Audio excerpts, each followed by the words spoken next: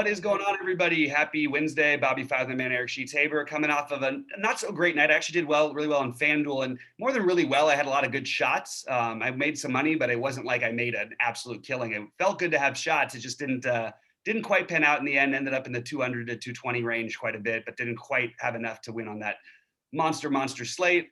Can't really complain about much. I think I would have if I had an issue with myself. I was just mentioning the Sheets pre-show. I think not playing enough Marquez was a really big mistake on my part. I played 25% of him, and I played him on FanDuel 25% as well. But I felt like after we saw that Pittsburgh lineup, we talked about it on air. And fortunately, some of you out there won some tournaments, which I'm really happy to see. I mean, the Sheets' projections have been great, and then getting the Marquez call, and then a few of the other lineups that we talked about that crushed last night. So we're happy if you guys are winning. As long as it's a team true DFS, it feels good. Sheets, talk a little bit about your night, and then we'll jump into today's slate. I did not win money at Daily Fantasy Sports last night. But your son, I guess I'll just leave it at that. I thought I was in good shape with the Kansas City Boston game. I had the game fully game stacked all over the place, and the game kind of stalled out on me. I didn't play the Yankees, so that's not good. I had 10% Cleveland that game, and that rained out, didn't help. And then I left for the night pretty much just as Trae Young was ruled out.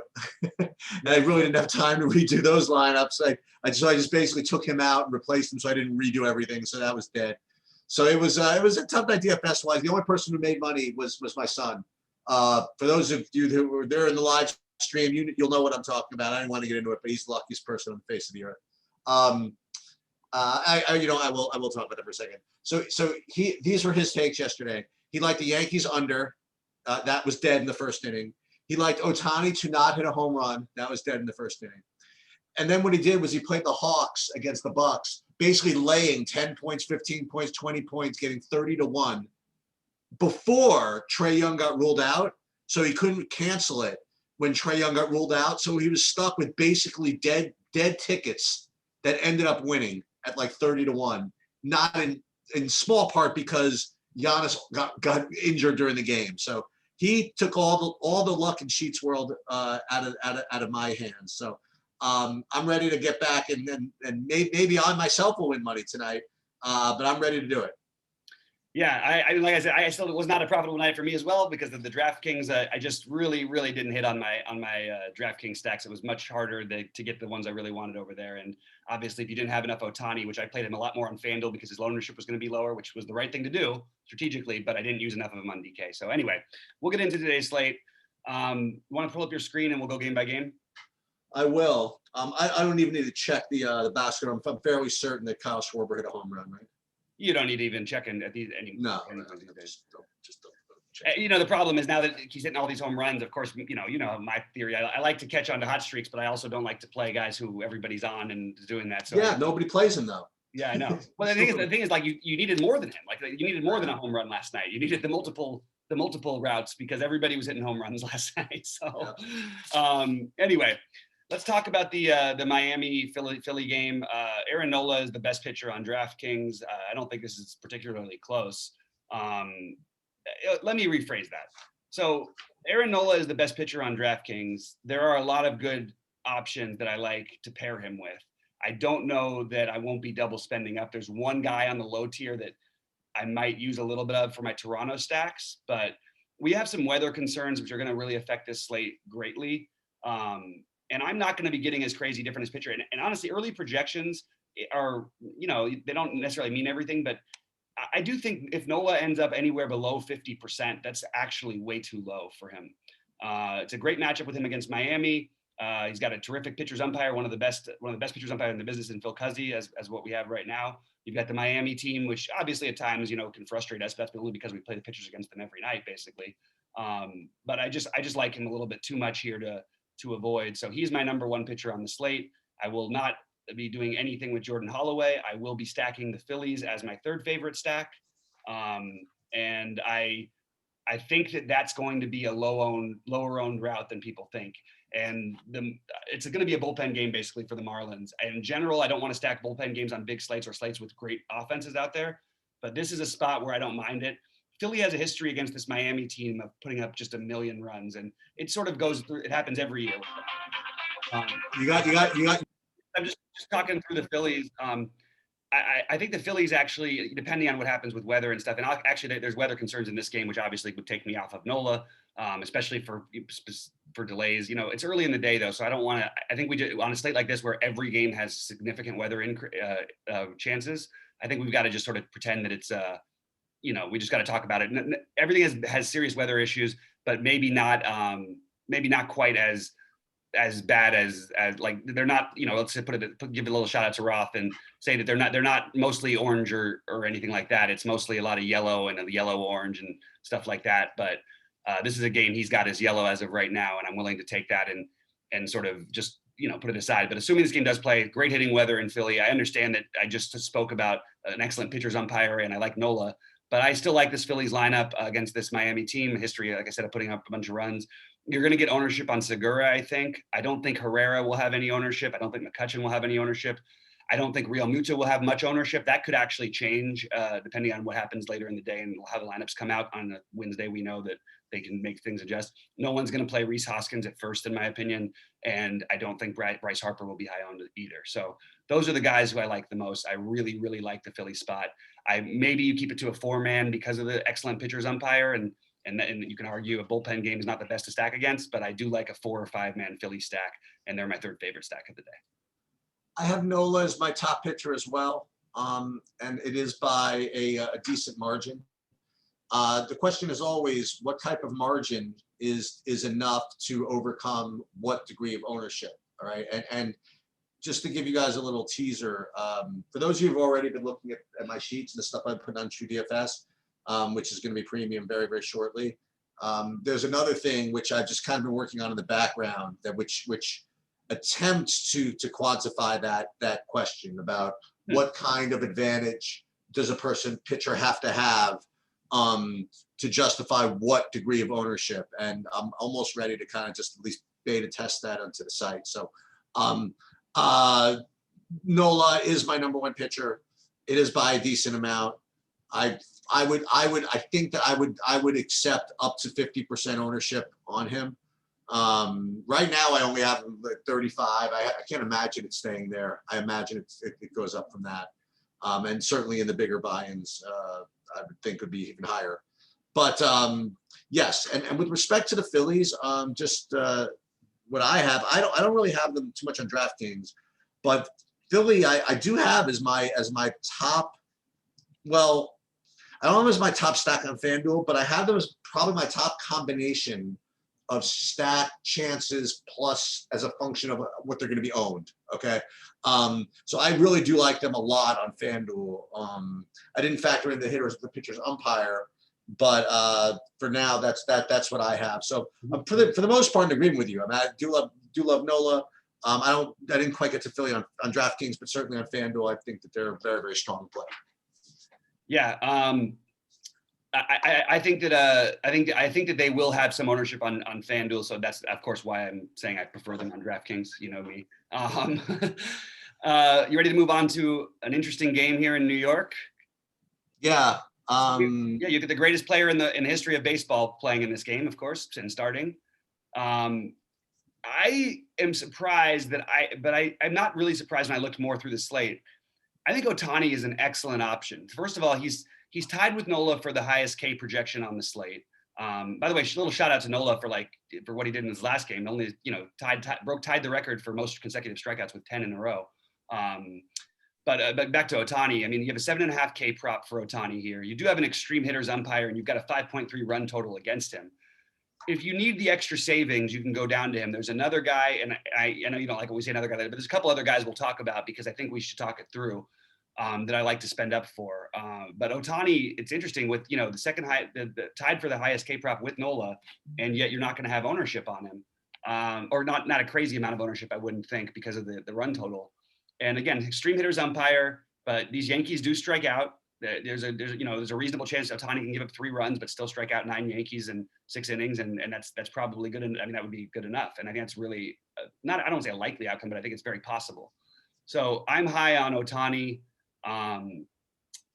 but I don't think that I'm high on him. And I don't know how much I'm going to use him, if that makes any sense. At the same time, I think that the bats in this game, it's interesting because I don't see them getting played with this kind of a run total. You usually expect some ownership. I think you'll get a little bit on Rendon. You'll get some on Fletcher because he's cheap on the Angels side. But on the Yankees side, I don't think anyone's going to play them. I have no problem taking shots against Ohtani either. We've seen him give up power at times, but I just am not finding myself getting to them enough because I love the other spend ups. And I think that's what other people are going to do as well. I may have to pivot, but as of right now, I'm not currently stacking these teams. I am using some Angels as fillers. It's never fun you don't really want to stack the Angels when you can't use Ohtani. It's kind of frustrating, especially when he hits a home run every day in Yankee Stadium. He's definitely not hitting. No, I think he is hitting, but you can't use him as a hitter when he's pitching. Oh, right. So I would assume he's hitting. But Jared Walsh, the other guy to consider. But the problem is just getting up to Judge and Stanton or Sanchez. Those would be the ones you really want. And I just personally like the spend ups in Houston and Toronto better. So for me, I guess I'll do hitting first. Hitting, this is a common theme. Yankees are more accessible on FanDuel. I like them decent amount on FanDuel. Not so much on DraftKings. That become very secondary on DraftKings. With respect to the pitching, what's interesting, if you don't want to pay $10K for your let's presume you play Nola just for a second. If you don't want to pay like $10K or so for your second pitcher, all the guys that are below $10K have their own, I don't want to say issues, but no, that's why they're below $10K. Like nothing's perfect. You have some guys with tough matchup, some guys with not a lot of strikeout upside, and you have Ohtani, who's part of it. I mean, he's obviously got a tough matchup, but on the other hand, he certainly has GPP type upside with with his Ks. I think that I'm probably not going to put him in as my one of my top group. But he's right under that, and it's kind of silly to not use him. You know what I mean? Like in a GPP, if you're going to play Nola in one spot, who's going to be really popular, you do want to probably put some high upside variance guy. Now, I don't know where Ohtani's going to come in. Is he going to be owned? I doubt it. I don't think he's going to be owned very high. I think it's going to be below 20%. It's still ownership, but it's just not. There's times we've seen him at like 40% at this price and things like that. Yeah. And maybe you'll get more ownership now because one of the popular guys in the next game we're going to talk about is going to be on a pitch count. So I don't think people are going to play that guy anymore. And he's projected currently to be one of the more popular pitchers, and that would be a huge mistake on a pitch count. Oh, really? Yeah. So maybe you'll get a little more ownership than we're currently projecting. But I do think Nola, I think that Ohtani is definitely valuable. How do you feel about the bats in this game? Like I said, I think the Yankees are a secondary piece. I like them more on FanDuel. They're a top 3 stack for me there. DraftKings, they're like 5th or 6th, so not a big deal. Yeah, I hear you. I didn't get to the Angels. Yeah, I'll just keep mentioning Anthony Rendon is still too cheap. That's the only, the biggest one I think stands out. And the Angels in general have cheap guys, and Herman is. Are we maybe making a huge mistake here with Herman? Maybe not giving him a chance. I know he hasn't really been good, but I don't know. Maybe I'm getting too cute. Never mind. Let me take that one out of play. I just think that we've seen good stuff from him in the past. I still don't think this is the overall amazing Angels lineup, even though Ohtani seems to hit a couple home runs every day. Anyway, so yeah, it's a weird game to not have more interest in, and maybe we'll regret it again than I do right now. But do you want to move over to Seattle, Toronto? Yeah, I have 2 notes on Mats. I have him with a pitch count in a narrative, and then I just see him ruled out also onto the DraftKings app. So yeah, I think that we're going to have to ignore the DraftKings thing until later in the day because they do that sometimes. So I think in either case he's not playable, so it's not really a big deal. And right. And Sheffield is not playable either, as far as I'm concerned. So it's a question of like every day, like if you could afford Toronto, and that's just the deal. I like, again, same situation on FanDuel. You could probably get there. And on on FanDuel you could probably get there. On DraftKings, it's you get there on DraftKings too. So I like Toronto. I guess they're going to be owned. But but you won't be able to double pay for pitching if you play them. So that's yeah, unless you get all of your value to hit, which there is some value out there, which we'll talk about as we go through the stuff. Sorry, go ahead. Yeah, so for me, it's going to be I don't know.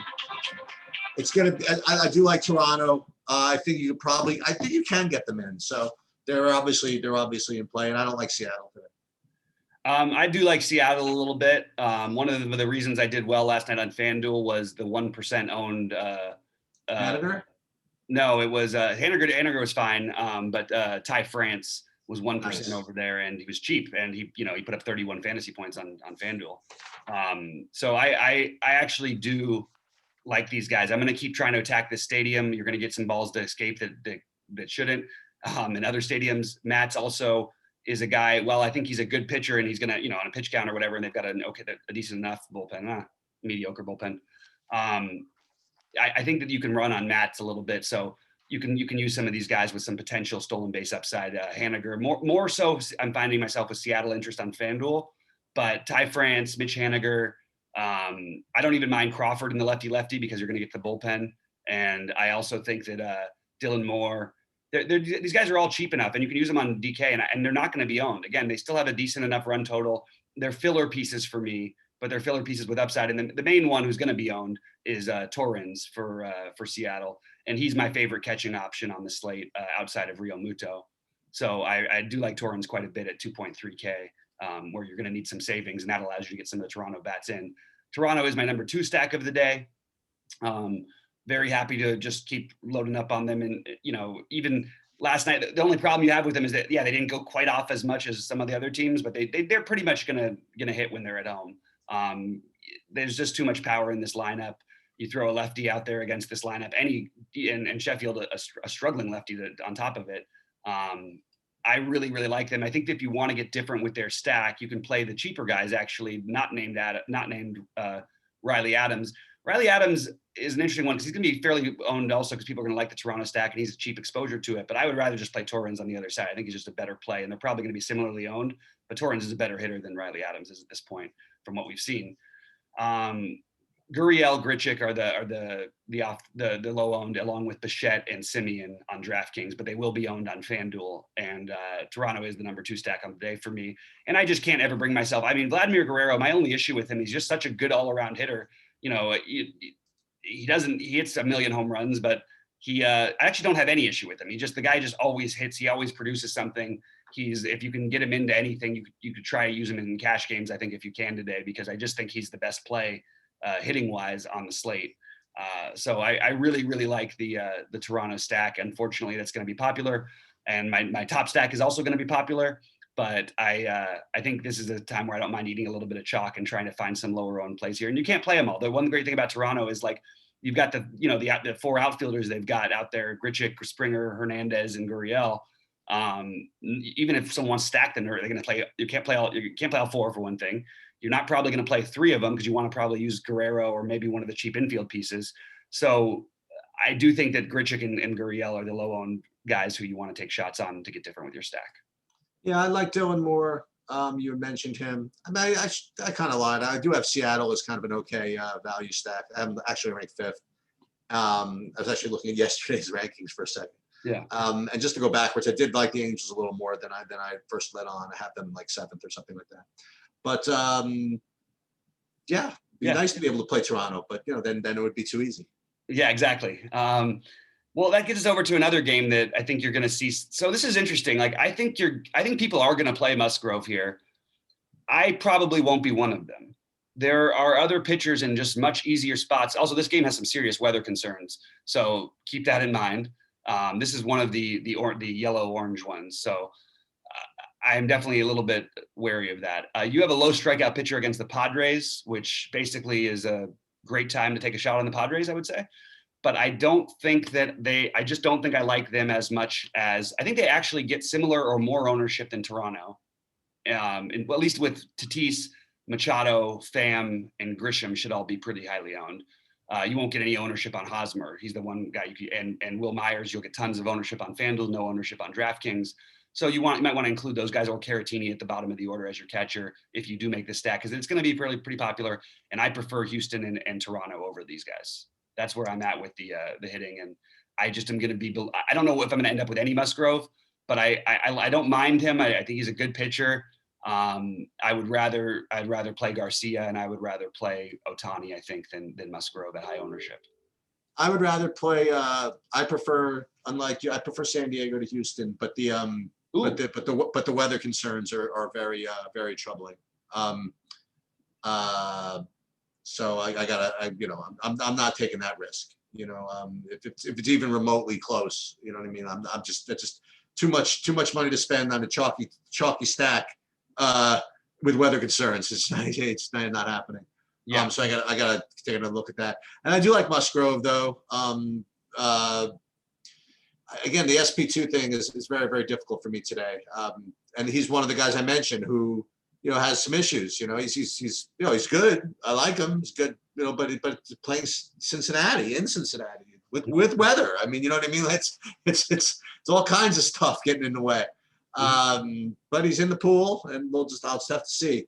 I do want to throw out one thing about him against Cincinnati to him. He did just pitch against this team, and this is what's interesting. So I would be very open if he got lit up to playing him, but he pitched 7 innings and he had 2 strikeouts against the same lineup, and that was in San Diego. That worries me a little bit. So there's another excuse to get off him. We know Musgrove. He's a very streaky strikeout pitcher. He's got good, always ends up with good overall numbers, but has tons of games he goes out there and gets like 2 or 3 strikeouts, and it's just strange.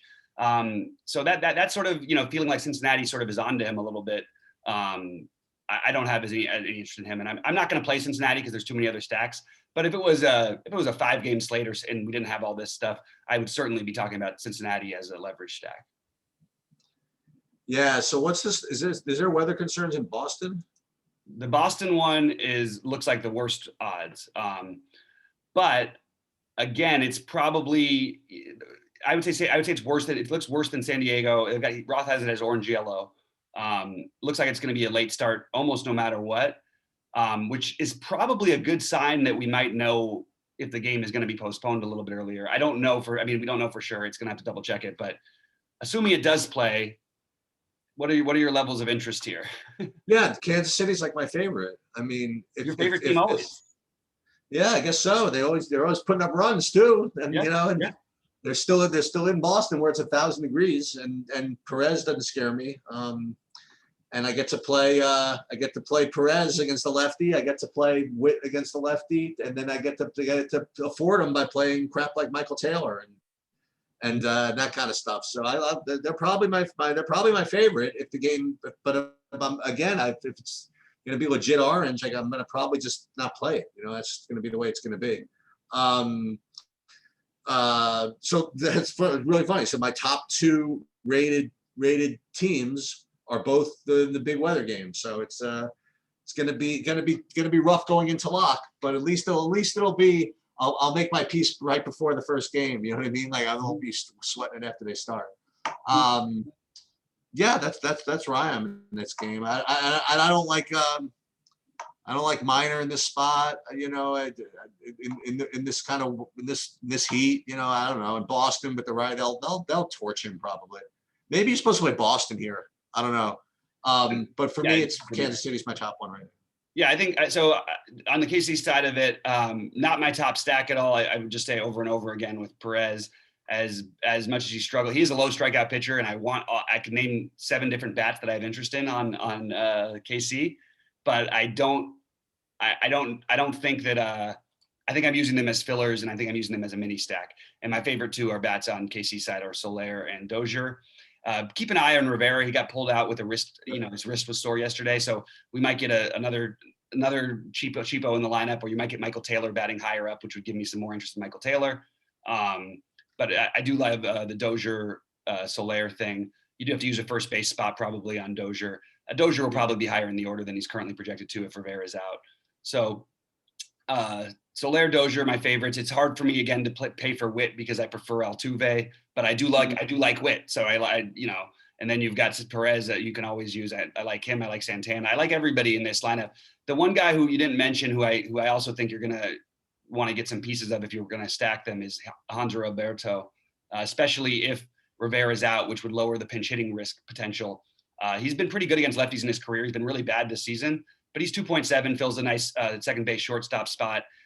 He versus Fletcher is an interesting argument. I basically have like those guys split. But I do like I do like him as well. So that's the way I'm doing it. And with Boston, it's just a matter of preferring the other stacks a little bit over Boston. Yeah. I don't think Miners is like you can always there's always a time he's going to get hit. Overall, he's a good enough pitcher, has been in these situations enough to where I feel comfortable not trying to stack against him. He just pitched really nicely against Boston the last time out. Actually had a shutout going, I believe, until the 7th inning, and ended up 6 2/3, put up 21 fantasy points, 6 Ks, only 2 earned runs.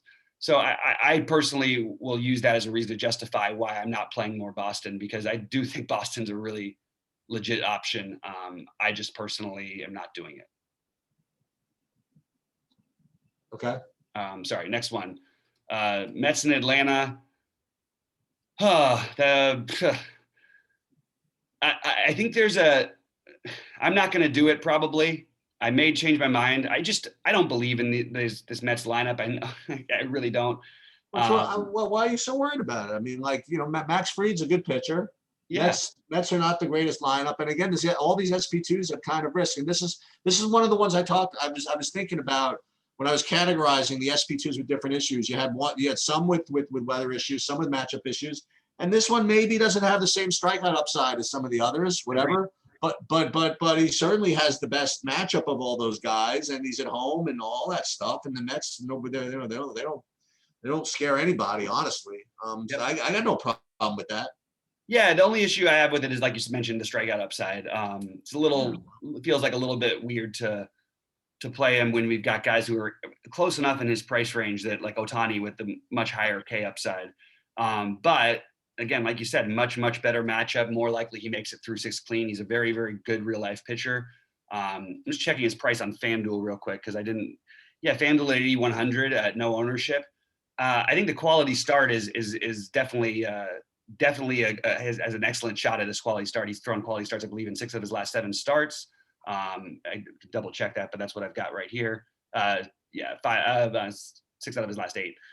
And this is a Mets team that you can get. So I think maybe as a low-owned option really low-owned on FanDuel, you can potentially use them over there as well. But I'm not getting to the bats, and I feel like this is when Atlanta is going to get me.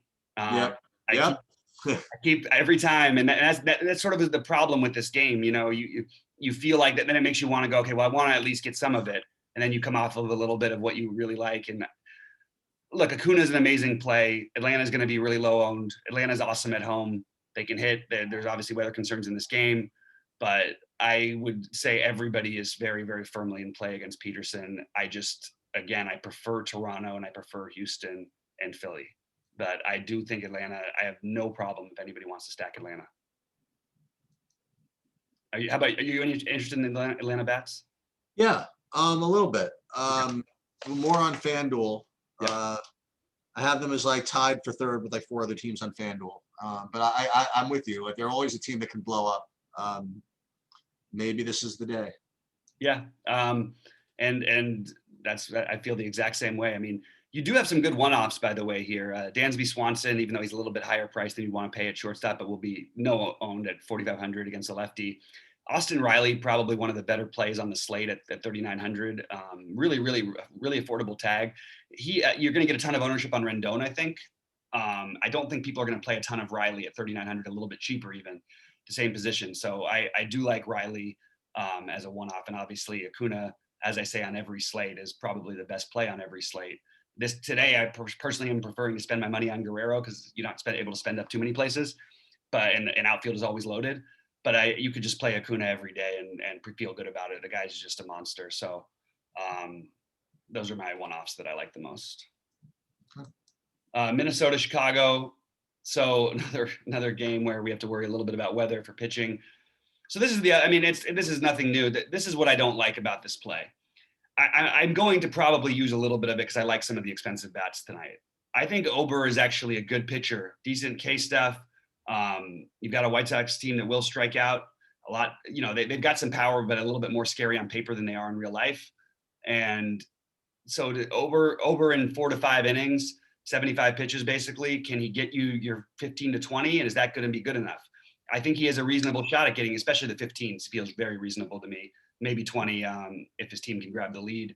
But it feels like he's going to end up fairly chalky, and it feels weird to have a pitcher on a 75 pitch limit. He's not even on a pitch limit. They just said they don't expect him to throw more than 75 pitches this season in a game. That's just what he pitches. You know, it's like that's what the manager says. So that's all we have to go on. But you still look at it, even in that, you know, he's put up 20 and 16, 2 out of his last 3 games. He had the bad game against Cincinnati, which, as we mentioned, is always a tough one. They also don't strike out. It's tough. As of right now, I've got him in one of my lineups right now, but I don't feel amazing about it. How do you feel about Ober? Are you going to be using him today? Yeah, I don't know. You know, he rates fun. He rates good. You know, he rates to be a good point per dollar play. And as you know, it'll be a broken record. You know, all the SP2s have different issues. This one is just. But you know, this one doesn't have the same issues because this one's only 5,700. Right. Right. So, you know, you just know what you're getting yourself into with this one. This one's got a floor of like 8, right? And a ceiling of like 19 or something like that, in reality. And if you just realize that, you know, that's what you're getting, I have no problem with this one. I actually have probably less of a problem with this one than maybe. Nah, you know what? They're all the same to me. They all have different issues, but he's definitely in my pool. I mean, I'll probably play some of them. Yep.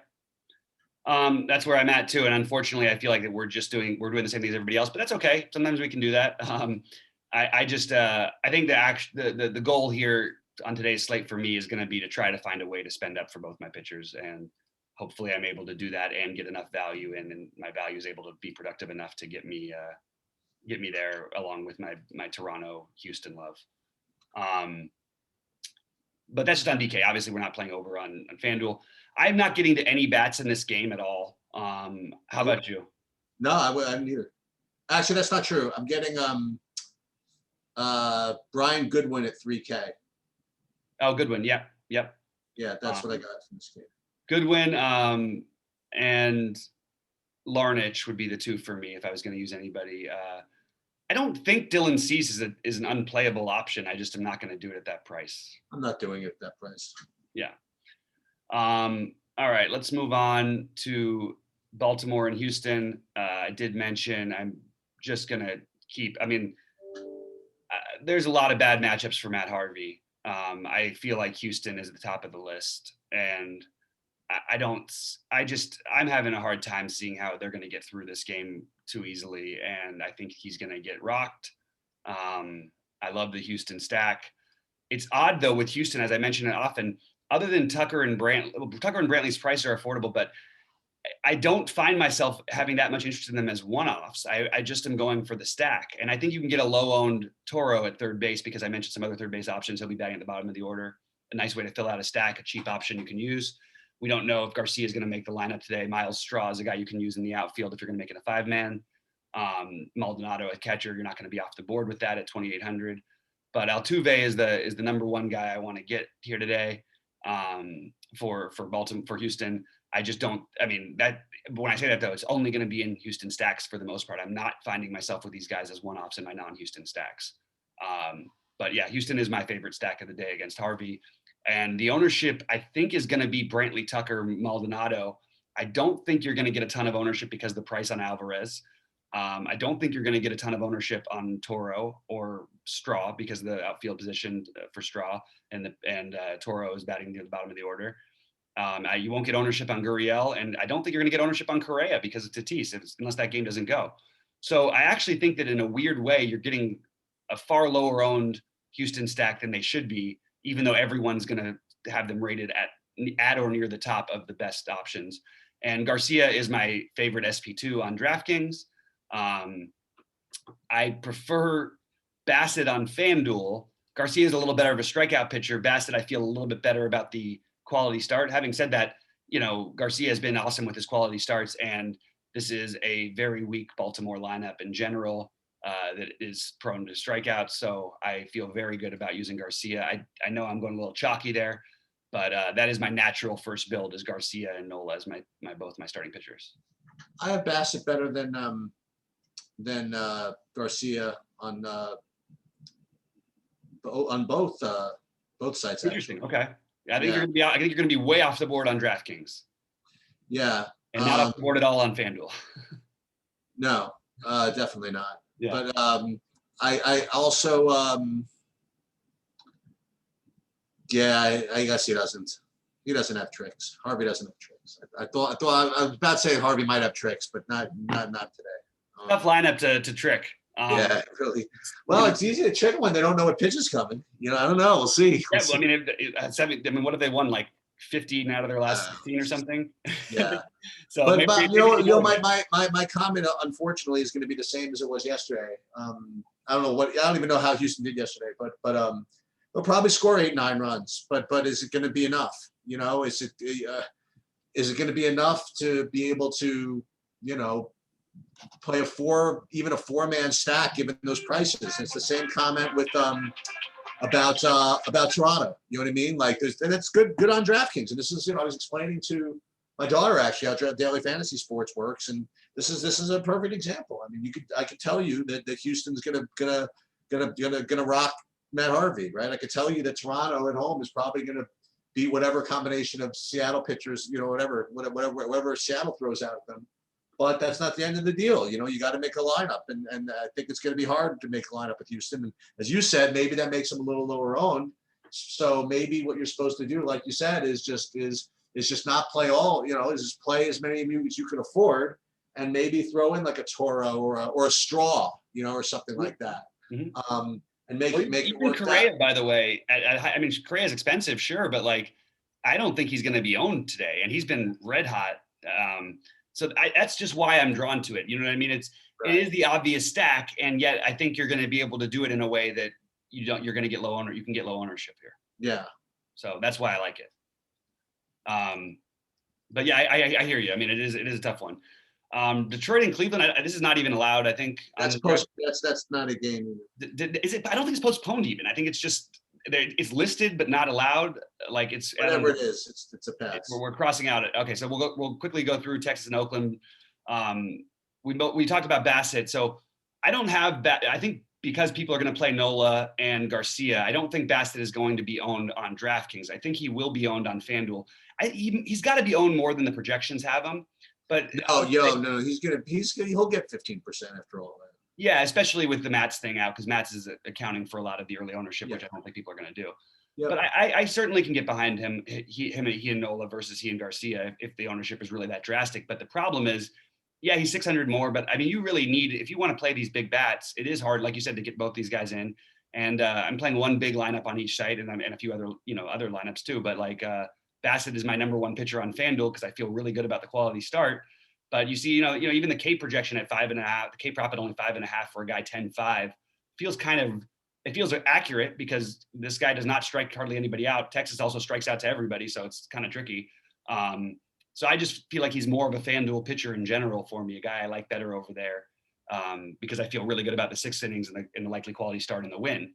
But I don't feel great about the K upside versus Nola and Garcia. I think those guys both end up striking out more hitters tonight. Tell you this, the more I'm looking at the slate, the more I'm thinking that some pairing like Nola Garcia is going to be what a lot of people do, which makes a lot of sense.